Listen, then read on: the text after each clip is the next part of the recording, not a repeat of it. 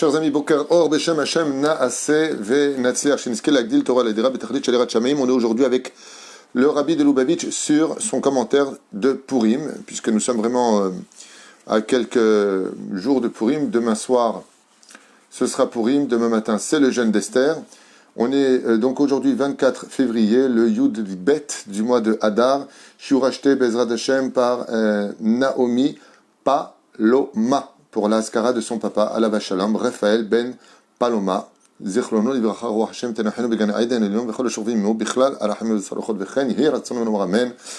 On prendra avec nous aussi les Elul Nishmat Kol Mete Israël. On a donné juste dans le Shiur au Bet Midrash la liste des noms.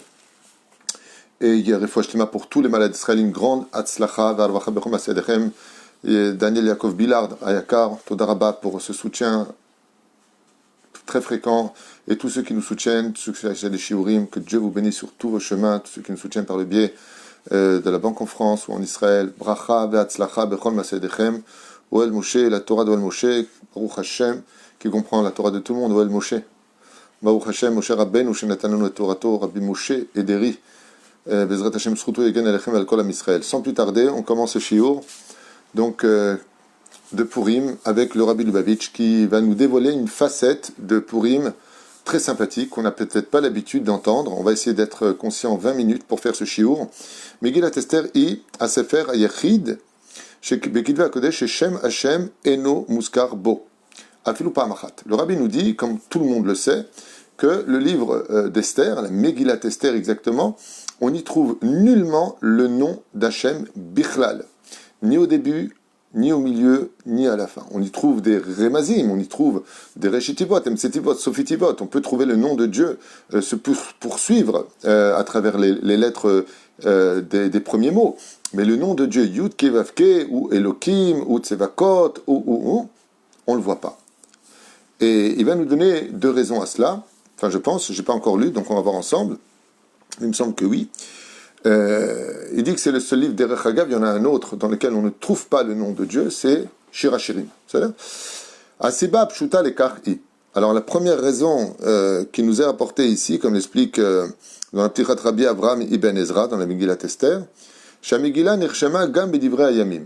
Dans le livre Divrei Hayamim, donc les récits des jours que nous avons passés, en d'autres termes, qui compile de tous les événements qu'on a vécus pendant l'histoire du peuple d'Israël, Divrei Hayamim, Shel Malché, des rois de Paras et de Madaï, donc de ces deux rois de Paras et Madaï, comme on dit, de l'Iran de cette époque, Paras, Ve'ilu hayu Yehudi maskirim et Shem Hashem, car si les Juifs avaient rapporté le nom de Dieu, et étant donné que cette histoire a été rapportée aussi chez les Goïm, Ibn Ezra explique, rapporte le Rabbi Lubavitch, Ayu Agoyim metargemim zot, les non-juifs auraient changé, comme l'a fait par exemple Talmaï, roi de Grèce, et aussi d'Égypte, avec les Septante, quand il a voulu traduire la Torah, eh bien il a voulu comprendre les choses comme lui a voulu les comprendre, et il y a eu un miracle dans la traduction de la Bible, de la Torah en langue étrangère, en 70 langues. Et qu'est-ce qu'aurait fait les Goïm, dit Ibn Ezra, rapporte le Rabbi Lubavitch, eh bien, au lieu de marquer Yud Kevavke, Zot le Shemot Shel Elelehem, ils auraient remplacé le nom de notre Dieu par leur nom à eux. Comme on voit que dans certaines religions, par exemple, ils ont changé le nom de Yitzhak avec celui d'Ishmaël. Par exemple, on dit la Akedat Yitzhak, et eux fêtent la fête de Ishmaël, en disant que c'est en réalité Ishmaël qui est monté là-bas. Donc pour éviter ce genre d'erreur historique, de changer des noms, de trafiquer des noms, de remplacer le nom de Dieu par le nom d'une avodazara, d'une idole étrangère, Ibn Ezra, sa déa à lui, c'est de dire que l'une des raisons, le Rabbi va apporter bien entendu une autre, pour lesquelles nous ne trouvons pas le nom de Dieu, c'est tout simplement parce que on a eu peur, dit Ibn Ezra, que le nom de Dieu soit bafoué et qu'il soit soi-disant remplacé dans l'histoire pour que les historiens par la suite, qui se régalent de ce genre d'erreur, mais vraiment se régalent de ce genre d'erreur, disent pas du tout, nous avons trouvé dans les livres de un tel que ce n'est pas le Dieu d'Israël qu'ils prièrent, mais le Dieu des nations du monde. Donc pour éviter ce Chilul Hashem et humiliant pour Dieu, on n'y trouve pas le nom de Dieu. La deuxième raison que tout le monde connaît, on en a parlé dans beaucoup de shiurim, c'est que Dieu se cache à travers l'histoire et que c'est à nous de dévoiler Hachem, c'est-à-dire c'est à nous de donner le nom de Dieu. Il y a ceux qui vont dire, bon, les Juifs ont eu de la chance, ça arrive dans la vie, et puis il y a ceux qui vont dire, regardez comment Hachem était là. Alors maintenant, on va voir ce que dit lui, le Rabbi de Lubavitch, on va le découvrir ensemble pour ceux que ça intéresse. On sait très bien que, même si Ben Ezra nous rapporte un commentaire du Pshat, au niveau historique, que c'était pas très prudent à cette époque, puisque les Paras et Madaï, ces deux grandes nations, avaient eux-mêmes retranscrit et écrit l'histoire de Purim, eh bien, il est préférable que le nom de Dieu n'apparaisse pas afin qu'eux ne marquent pas ce qu'ils veulent. Ok. Et le Rabbi, il dit, oui, mais on sait très bien que derrière le Pshat se cachent des secrets. Et là, il va rentrer dans des raisons beaucoup plus élevées. Le Kavan Shekol Davar Yeshbo Kavanag Eliona, Alenu Lomar, She Be'i Askarat Hashem, Bemigillat Esther, Yeshgam Oraa Muka Yoter. Et le fait de dire qu'il n'y a pas le nom de Dieu dans la Megillat Esther, cela vient nous enseigner quelque chose de beaucoup plus profond. Que Shem Shebemigillah En Shemo Shel HaKadosh Baruch Hu Mofiya Begilouy. Tout comme dans la Megillat Esther, dit le Rabbi, on voit que le nom de Dieu n'apparaît pas de façon écrite, car Shem Achag Purim, ainsi est pour le nom de Purim, Eno Mevate Lichora Etanes Haatzala. C'est vrai que le nom de Purim, ça veut dire le jour du Goral, le jour du Mazal, le jour de... Ok. Mais qu'est-ce qu'on fait à Purim? On vient parler du miracle de Purim. Et le Rabbi, il dit, c'est marrant que le titre que l'on donne à cette fête s'appelle Purim. Pour, parce qu'il pour, parce qu'il a jeté les dés ce jour-là. Alors quoi, c'est le jour des dés? Shemze, Nigzar, Miapur, Agoral, Sheipil Aman. Donc, parce que Aman, il a fait juste, il y a deux mots, qui itil pour Bayamazev, donc il a tiré au sort. Exactement, c'est le mot que je cherchais. Tirer au sort. Comment s'appelle la fête de Purim? Le jour où on tire au sort. Mais on ne parle pas de tirer au sort, c'est juste deux mots qui sont marqués dans toute la Megillat Esther et ça prend le titre. Va davar kashur lichora begzera velopanes. Donc ça voudrait dire que, eh bien, quelque part, la fête de Purim est reliée au décret d'Aman de l'extermination chas vesham des Juifs et non pas au miracle des Juifs. Normalement, on aurait dû l'appeler Nes Purim, par exemple, ou on aurait dû l'appeler le jour du miracle. Mais on voit que le titre, pas simplement qu'il n'y a pas le nom de Dieu, dit le Rabbi Lubavitch, mais on voit que même le titre qui concerne la fête de Purim, on a envie de dire, mais quel rapport avec Purim? Pourquoi on appelle ça Purim? Le jour des sorts. C'est pas simplement un jour de sort. C'est un jour où il y a eu effectivement un sort qui est sorti, mais l'histoire parle du miracle, Vena Fochu. À la limite, on aurait dû appeler cette fête, explique le Rabbi Lubavitch par exemple, le jour du retournement. Chag Na Fochu. Ça aurait été parfait. Pourquoi Dafka Purim? Adavar Yuvan, et on comprendra ça si on se concentre sur les actions de Mordechai et de Esther, justement à Paras. Lama, lesikul akzera, d'annuler le décret. Qu'est-ce que veut dire Mordechai? Qu'est-ce que veut dire ici le Rabbi Lubavitch? Il explique que Mordechai et Esther, Aya Az Mahamad Midine Rav Hashefa. N'oublions pas qui était Esther Amalka, la reine. N'oublions pas qui était Mordechai auprès d'Achashverosh, son conseiller. Il était ministre chez Achashverosh, chez Assar Nerbad, et pas n'importe lequel. Il était très proche du roi. Yoshev Eshar Amelech. Et d'où est-ce qu'on voit que Béhémet, il était très proche du roi? La Megillah nous dit, il s'asseyait à la porte du roi. Ça veut dire, en d'autres termes, il était très proche du roi, la porte du roi. Sha'ar Amelech. Esther a été Amalka. Donc, les deux ensemble, de par leur poste, de par leur statut, ils auraient pu très bien faire en sorte que le décret d'Aman soit annulé, en créant une zizanie au niveau de la politique, en créant une menace politique. Et ils n'en ont rien fait. Tsafouyaya, Sheberosh, Ovarishona, Inasu Laf'il, en tout cas, dit le Rabbi, ils auraient pu, par un moyen ou par un autre, influencer de par leur poste ou leur statut au niveau de la politique, au niveau de leurs rangs sociaux, par rapport à la Malchut, Amaka et Bitul Akzera. Si Esther aurait dit au roi, eh bien, puisque tu es fou de moi, tu ne me touches pas si tu n'annules pas le décret, par exemple. Ou alors, elle lui aurait dit, si tu ne le fais pas, je vais faire un scandale au sein de tes ministres pour faire un retournement, comme on a vu, lancer l'armée contre toi, un retournement révolutionnaire. Ok, un truc comme ça. Le Rabbi, il dit, c'est bizarre parce qu'il n'y a rien de ça. ils ne vont pas utiliser du tout leur statut, alors qu'on aurait pu penser que lui, en tant que ministre Nerbad, c'est-à-dire ministre très proche du roi, aimé du roi en plus, protégé par le roi, Esther, dont le roi est fou amoureux d'elle, il ne peut pas se passer d'elle. Chaque fois qu'il la voit, il lui dit « Atratia malchut ntanar, je te donnerai la moitié de tout ce que j'ai ». Ben, rien que pour les beaux yeux d'Esther, il aurait dû annuler la malchut, et on le voit. Il aurait dû annuler le décret. Qu'à la fin de la Megillah, quand il apprend que Esther est touchée par le décret sur lequel lui-même a mis son propre tampon, ben, il fait pendre Mordechai, Chaz v'Shalom. Il fait pendre Aman, et il donne la maison de, de Aman à Mordechai, à Deloyada. Entre Mordechai et Aman, c'était un jeu de mots. Aval, quoi qu'il advienne, on voit qu'ils n'utiliseront pas du tout ce biais-là. Et là, le rabbi, il dit, si tu regardes bien dans la Megillat Esther, donc la question c'est pourquoi il n'y a pas le nom de Dieu, vous vous rappelez, et pourquoi il n'y a pas le nom de Dieu, et quoi encore on a vu? Oui, et pourquoi le nom de Purim porte le nom de Purim? C'était les deux questions du rabbi pour pas qu'on oublie dans la suite des événements. Donc Befoal aime la Gouacheret. Le rabbi il dit, et bizarrement, quand on voit la conduite de Esther et Mordechai, ben, on ne les voit pas utiliser leur statut de ministre et de reine. Par contre, qu'est-ce qu'on lit? Jeûnez pour moi, faites teshuva. Mais je ne comprends pas. Imagine comme ça. Tu as ton frère qui travaille à l'ambassade, d'accord, israélienne. Il a un poste très élevé, c'est lui qui peut te faire ton passeport ou pas. C'est lui qui signe. C'est là. Toi, tu as besoin de ton passeport. Tu appelles ton frère, qui est directeur à l'ambassade israélienne, qui lui-même y met le tampon. Il faut que ce soit tamponné par son supérieur. Mais il lui fait confiance. Ouais. Tu appelles ton frère, tu dis, écoute, j'ai besoin de mon passeport, et il te dit, écoute, prie Dieu, va faire tchouva, et si Dieu veut, tu l'auras. C'est ce que veut dire le Rabbi Lubavitch. Ok. Qui disent, par exemple, priez, faites teshuva, mettez de la tzedaka et jeûnez, explique le Rabbi en d'autres termes. Je comprends, mais toi, fais quelque chose. Non. Il dit, quand on regarde les actions de la Megillat Esther, la seule chose qu'on entend, c'est Tsumu alay shloshet yamim, jeûnez pour moi 3 jours. Et t'es la reine. Vas-y, fais quelque chose en tant que reine. Et faites teshuva, vous.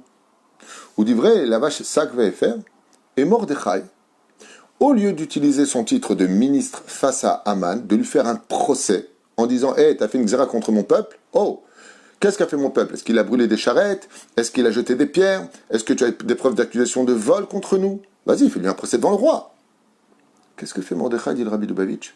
Il s'assoit en deuil avec un sac et de la cendre sur la tête. Mais pourquoi tu fais ça? Mais utilise les moyens qui sont déjà dans tes mains avant d'appeler Dieu. Le Rabbi nous dit, regardez bien ce qui se passe. Il n'utilise pas un moyen rationnel, mais il passe par un moyen qui ne concerne que le juif et sa teshuva. Le juif et son créateur. On est directement relié à Dieu. Et le pire, c'est que Mordechai va sortir endeuillé du décret d'Aman. Esther Bikshal im sorlo. L'air kenos et kola yehudim. Qu'est-ce que lui dit Esther? Je t'en prie, si tu veux annuler une xéra, il faut que les juifs vivent dans le shalom les uns avec les autres. Donc, kenos et kola yehudim réunit tous les juifs. Ne l'oublions pas. Vous savez ce qu'il y a d'extraordinaire en Israël, ce que l'on peut constater sans aucune marloquette, c'est que quand on vit tous trop bien, on n'a pas de problème d'ouvrir notre bouche les uns sur les autres. Mais dès qu'on entend les sirènes et qu'on reçoit des bombes, alors allez-nous. D'un coup, plus personne ne parle des uns et des autres, on est tous unis les uns aux autres et on s'inquiète tous les uns pour les autres. C'est dommage d'attendre que toujours Aman arrive dans notre camp pour se rappeler qu'on n'est qu'un seul peuple. Tsumu alay, va'al tochlu va'al tishtu shloshet yamim. Ne mangez pas et ne buvez pas 3 jours, dit Esther. Rak achrei atzom ve'atshuva, panu Mordechai ve'Esther les piolot midinit.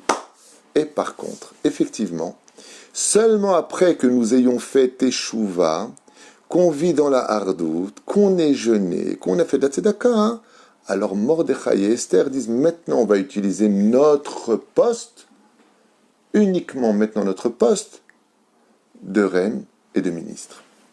Mordechai et Esther yadou, Shazera ena mikrit, car ils savaient, Mordechai et Esther, que ce n'était pas du hasard qu'un antisémite, une fois de plus dans un gouvernement, veuille faire du mal aux Juifs. Ce n'est pas un hasard. Ils ont bien compris que si Dieu crée le bâton, c'est que quelque part, nous aussi, on a à se remettre en question. Et là, itut me'akadosh baruchu, halatzorech lashuv b'tshuva. Car on sait que chaque fois que vient un décret à l'échelle nationale ou à l'échelle personnelle, c'est parce que Dieu veut que l'on répare des choses que l'on fait. C'est pas bien. Quand on reçoit un coup, quand on reçoit une menace, un procès, quelque chose qui ne va pas, il faut se remettre d'abord nous en question avant d'appeler quelqu'un en lui disant « Est-ce que tu peux m'aider ?»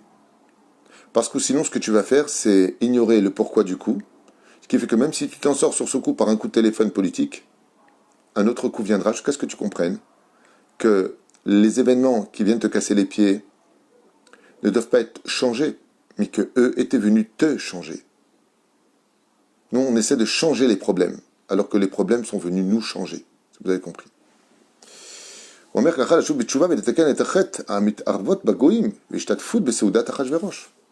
Et donc Dieu n'était pas content qu'on ait participé au repas d'Achashverosh. Dieu n'était pas content de l'assimilation dans laquelle on s'était caché et d'avoir oublié notre terre et autres.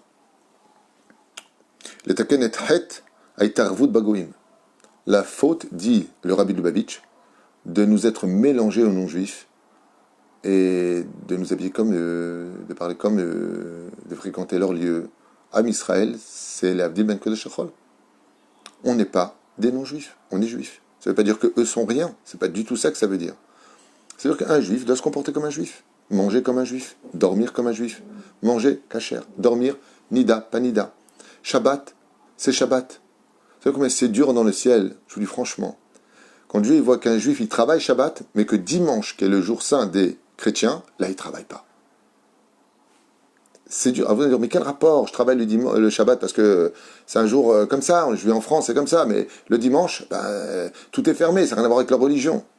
C'est-à-dire, mais Dieu il t'a parlé, au Sinaï, il t'a dit, Beshamrou Bissan et ta Shabbat, la saute et ta Shabbat, le Dorota Meritolam. N'oublie pas tout cela. D'accord? Alors, des fois, on reçoit des xérotes, des décrets, où on doit s'habiller comme un juif. Ça veut dire quoi? Pas la jupe elle est courte. Pas toi tu sors de son tzitzit, la bêche que Yehudi. Et c'est ce que dit le rabbi. L'etaken est très à itarvud bagoim. Le fait, dit le rabbi Lubavitch, qu'on s'est mélangé à eux et comporté comme eux. Jusqu'au point de manger pendant le repas d'Achashverosh. Même si tout était cachère, c'est assour. Et la reine de Rosh Hashanah, itmasru litikun sibat akzera. C'est pour ça que dans l'intelligence d'Esther et Mordechai, qu'est-ce qu'ils ont fait eux? Ils ne sont pas comme le commun des mortels, que quand ils reçoivent un coup de bâton, ils regardent le bâton, ils en veulent le bâton.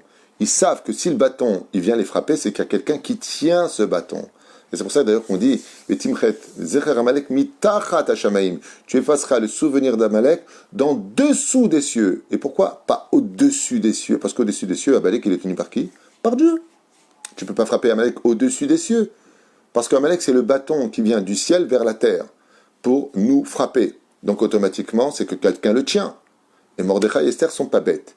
Ils savent que quand on leur annonce une mauvaise nouvelle, la première des choses à faire, c'est pas de dire « Oh, il y en a marre, c'est quoi cette vie pourrie que j'ai c'est quoi ceci, c'est quoi cela ?» La première des choses, c'est de se poser, dit Rabbi Lubavitch, la bonne question qu'a fait Mordechai et Esther et qui me concerne pour toute l'année. Si tu veux t'en sortir réellement, remets-toi en question. Si c'est venu à toi, c'est qu'il y a un rapport entre ta conduite et un tikkun que Dieu attend de toi. Peut-être plus de patience, peut-être plus de... Les Chachamim, ils disent, celui qui a de l'argent, qui pourrait donner à Tzedaka, qui ne la donne pas, c'est l'État qui lui prendra. C'est l'État qui lui prendra. Kacha.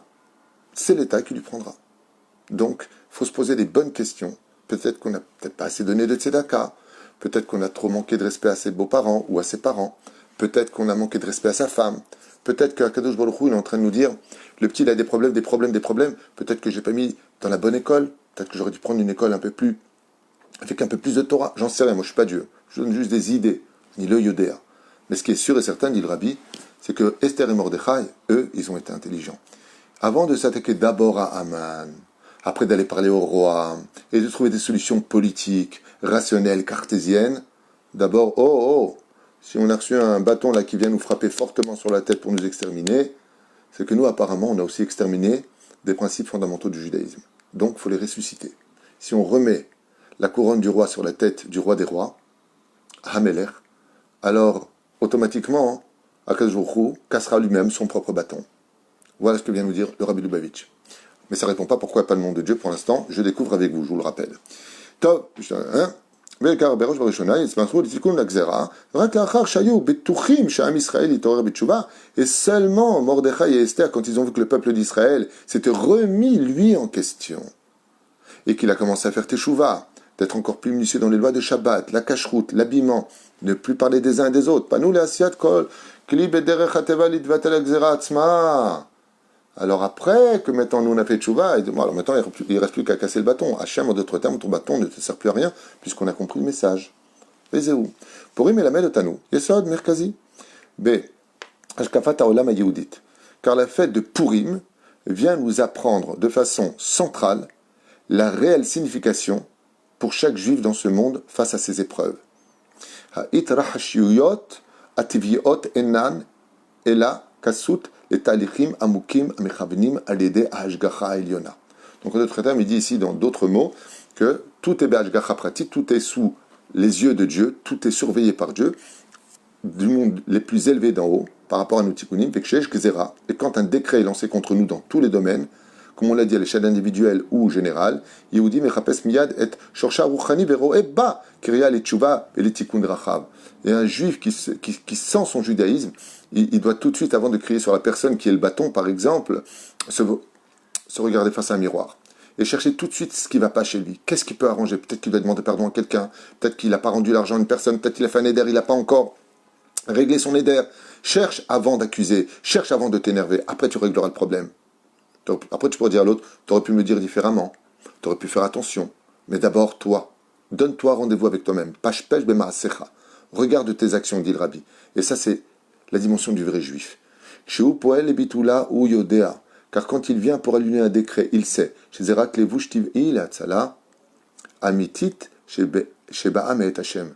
Car quand un juif met après le domaine cartésien en application, le domaine naturel pour se défendre, pour prendre un avocat, pour faire ce qu'il faut faire, il sait très bien en réalité que ce n'est que le vêtement que l'on met sur le Créateur du monde. Car Dieu est derrière chaque chose. Mais la reine, la ishtadlout, en d'autres termes, c'est juste un vêtement. Mais le ikar, le principal, c'est ce que toi tu fais des épreuves qui viennent à toi, de te remettre en question. Un commentaire qui conviendrait parfaitement au pervers narcissique, tu vois ce qu'il dit, regarde, tu dois te remettre en question, c'est toi qui m'énerve. Non, surtout lui doit se remettre aussi en question. Faites très attention toujours de ne pas utiliser la Torah à vos avantages. Vous savez, regarde ce qu'il dit, tu vois, l'épreuve que tu as eue, tu devrais te mettre en question, tu comprends pourquoi je te fais du mal, c'est pas moi, c'est Dieu. Si tu as été choisi pour être un bâton, c'est que tu n'es vraiment qu'un bâton. Ça veut dire que tu n'as pas de vie en toi. Parce qu'un bâton, c'est un arbre déraciné de sa propre ressource. Ce qui fait que quand on est capable, en tant que juif, de faire du mal à quelqu'un d'autre, c'est qu'on a perdu ses racines de juif. Ne l'oubliez pas aussi pour ceux qui font du mal.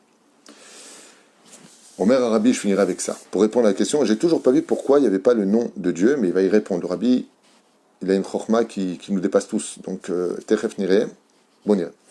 Tochen Pnimi. Maintenant, si on approfondissait un peu plus les choses, dit le Rabbi. Zeshel Purim, Mishtakef Slicha Beshem Purim. Ah, déjà, première question, on avait dit pourquoi Purim? On aurait dû l'appeler le jour du miracle, ou le jour où tout s'est renversé. Il dit Be'avodat Sheshem Hashem Eno Muskar Bamegila.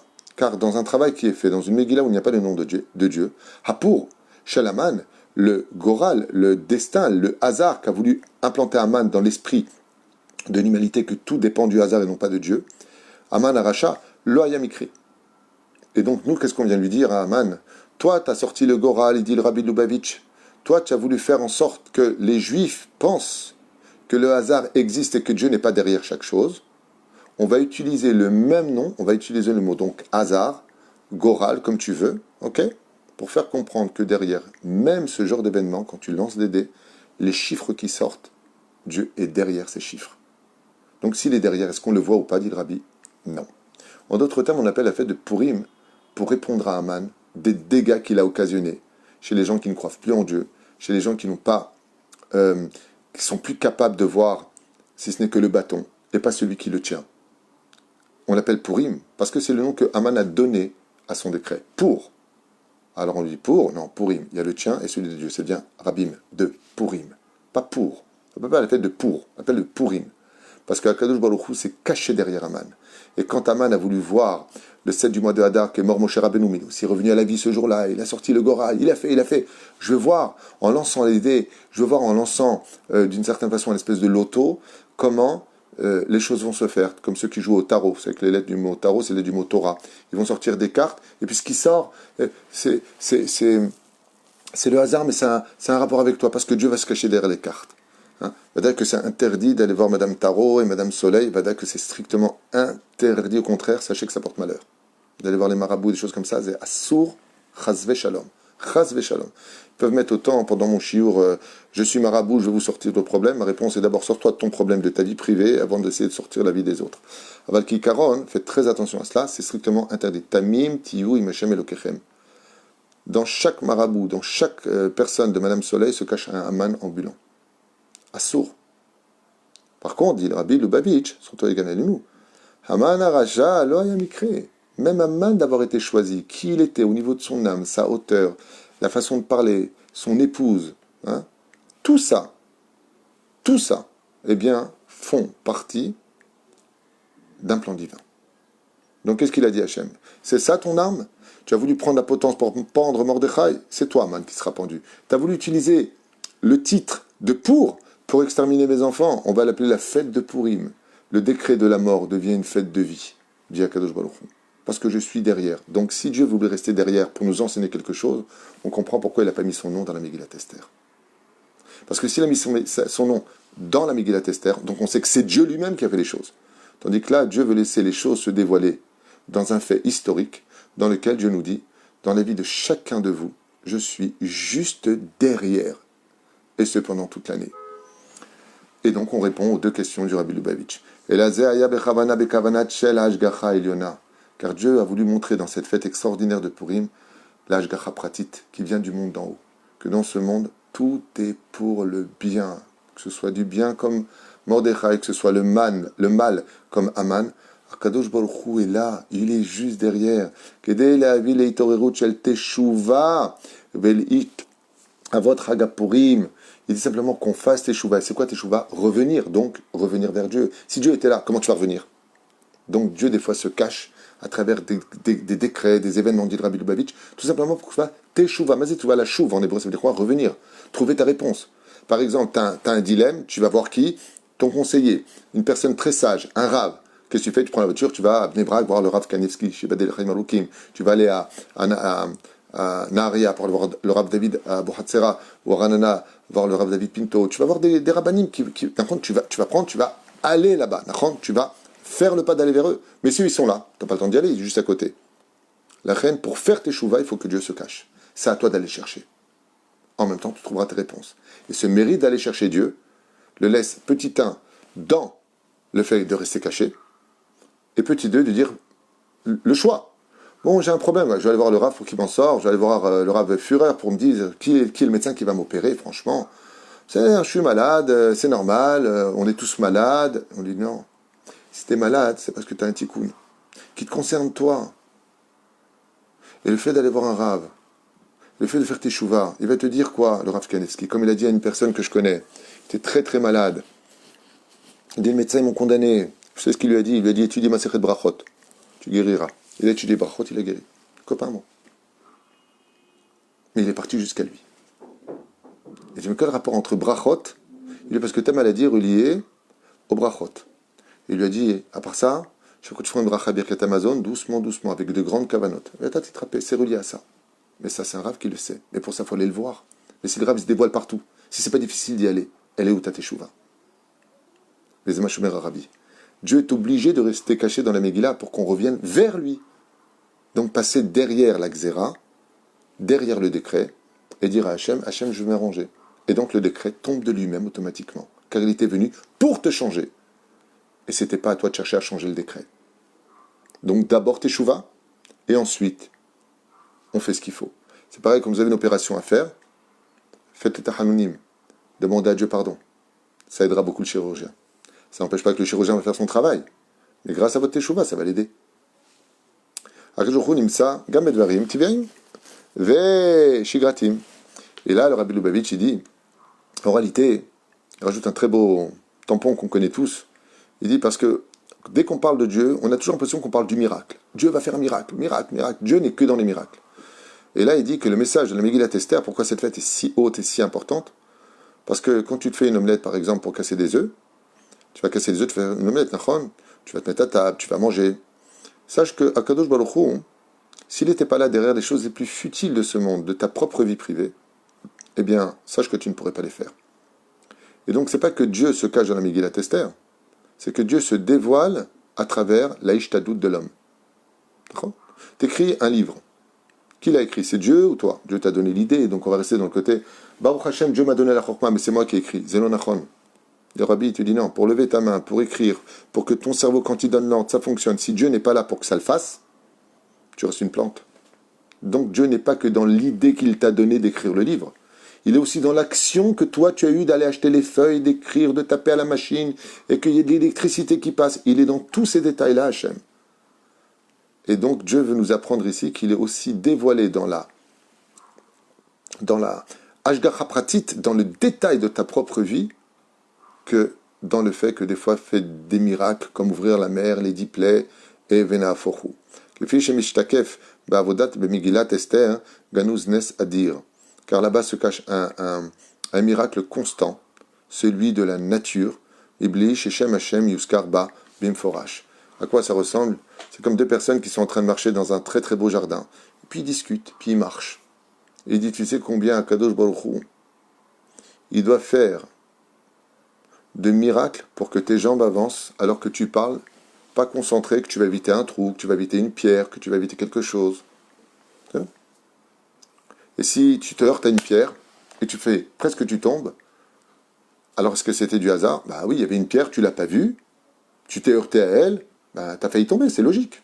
On te dit non. Réfléchis à ce que tu viens de dire avant, peut-être que tu es en train de faire du lachon hara, Dieu t'a fait hey, arrête de marcher sans contrôler ce que tu racontes. Ça veut dire quoi? Que quand tu parles avec l'autre, c'est Akadosh Baruch Hu qui est obligé de te donner la force de dire les mots, de parler, de tout mettre en application. Alors Dieu te dit, ne me mêle pas à tes mauvais décrets. Ne me mêle pas à des mauvaises choses. Quand tu regardes quelque chose d'interdit, tu me forces à le voir avec toi. Quand tu dis des choses qui ne sont pas jolies, tu me forces à les dire avec toi, parce que sinon tu ne pourrais pas les dire. Je suis avec toi pour le meilleur et pour le pire, te dit Dieu. Et la reine n'attend pas de voir une grande lumière, un ange qui arrive, qui te dit « Je suis envoyé par Dieu ». Non, non. Un juif n'est jamais seul. Et quoi que tu fasses, et que le plus grand des miracles pour un juif, c'est d'être capable de voir Dieu dans les événements naturels autant que les événements surnaturels. C'est la Megillat Esther. Et la reine, chez Yehudi, il dit comme ça, Yehudi dvekim bakadosh baruch hu. Quand un juif, il aime Dieu de tout son cœur et qu'il le craint, il adhère à lui, il a une émouna sans faille. Hem zuchim lirot nisim gam betoch astara atzmo. Ils arrivent toujours à voir les miracles de Dieu dans les choses les plus banales de ce monde. Ad le matzav shel laila kayom ya'ir. Comme le dit le verset, la nuit comme le jour brille à mes yeux. Bezrat Hashem, comme c'est marqué dans le Teilim 139, Pasuk Yudbet, rapporte ici le Rabbi Lubavitch, laila kayom ya'ir. Pour moi, dit un juif, le roi David a dit, la nuit comme le jour brille devant moi. Qu'est-ce qu'il voulait dire par là? Il voulait dire que tu sois dans l'obscurité de la vie, des épreuves, ou que tu sois dans l'opulence, dans l'abondance dans ce monde, Yaïr, je vois toujours Hachem dedans. Et donc si je vois Hachem, j'ai pas peur. Si je vois Hachem, je suis pas inquiet. Si je vois Hachem, je sais qu'il est avec moi. Alors j'ai juste à m'arranger parce que si je suis dans l'obscurité, c'est parce que j'ai perdu ma lumière. Donc je réavive ma teshuva. Et je retrouve Hachem dans tous mes chemins. Begoula amitit v'ashlema. Il dit, V'shachosher atzmo Yaïr. Et quand est-ce qu'on verra Bezrat Hashem la lumière agir? Quand à la fin des temps, dit le Rabbi, le monde sera plongé dans l'obscurité, en d'autres termes, et la Géoula viendra nous donner la lumière qui nous a aveuglés. Donc qu'est-ce qu'attend la Géoula? Le Rabbi dit, notre Teshuva. Baruch Adonai Leolam Amen Ve'Amen. Ashur Aya Bezrat Hashem pour l'élévation de l'âme de Raphaël Ben Paloma, à la Shalom, puisque aujourd'hui c'est Saskara et qu'on n'entende que de très bonnes nouvelles, et on remerciera jamais assez le Rabbi Lubavitch, non seulement pour tous les héritages spirituels qu'il nous a laissés, mais surtout même c'était un beau rave. N'oublions pas combien ses écrits sont encore beaucoup plus beaux qu'une photo à la maison. Je vous conseille vivement d'acheter ces livres et de les lire, comme ceux de Rabbi Nachman. Rav Ovadia Yosef, c'est Matok Advash, Bezrat Hashem, les écrits du Rav Kook d'une très très grande profondeur, très compliqué à comprendre, ceci étant, mais extraordinaire, Bezrat Hashem. Si on a peur de ses propres fautes, eh bien on fait tchouva et on n'a plus peur d'eux. Et si on fait tchouva avec amour, nos fautes noires, qui font peur, deviennent blanches et beaux gosses, Bezrat Hashem. Kol Tuv Elitraot.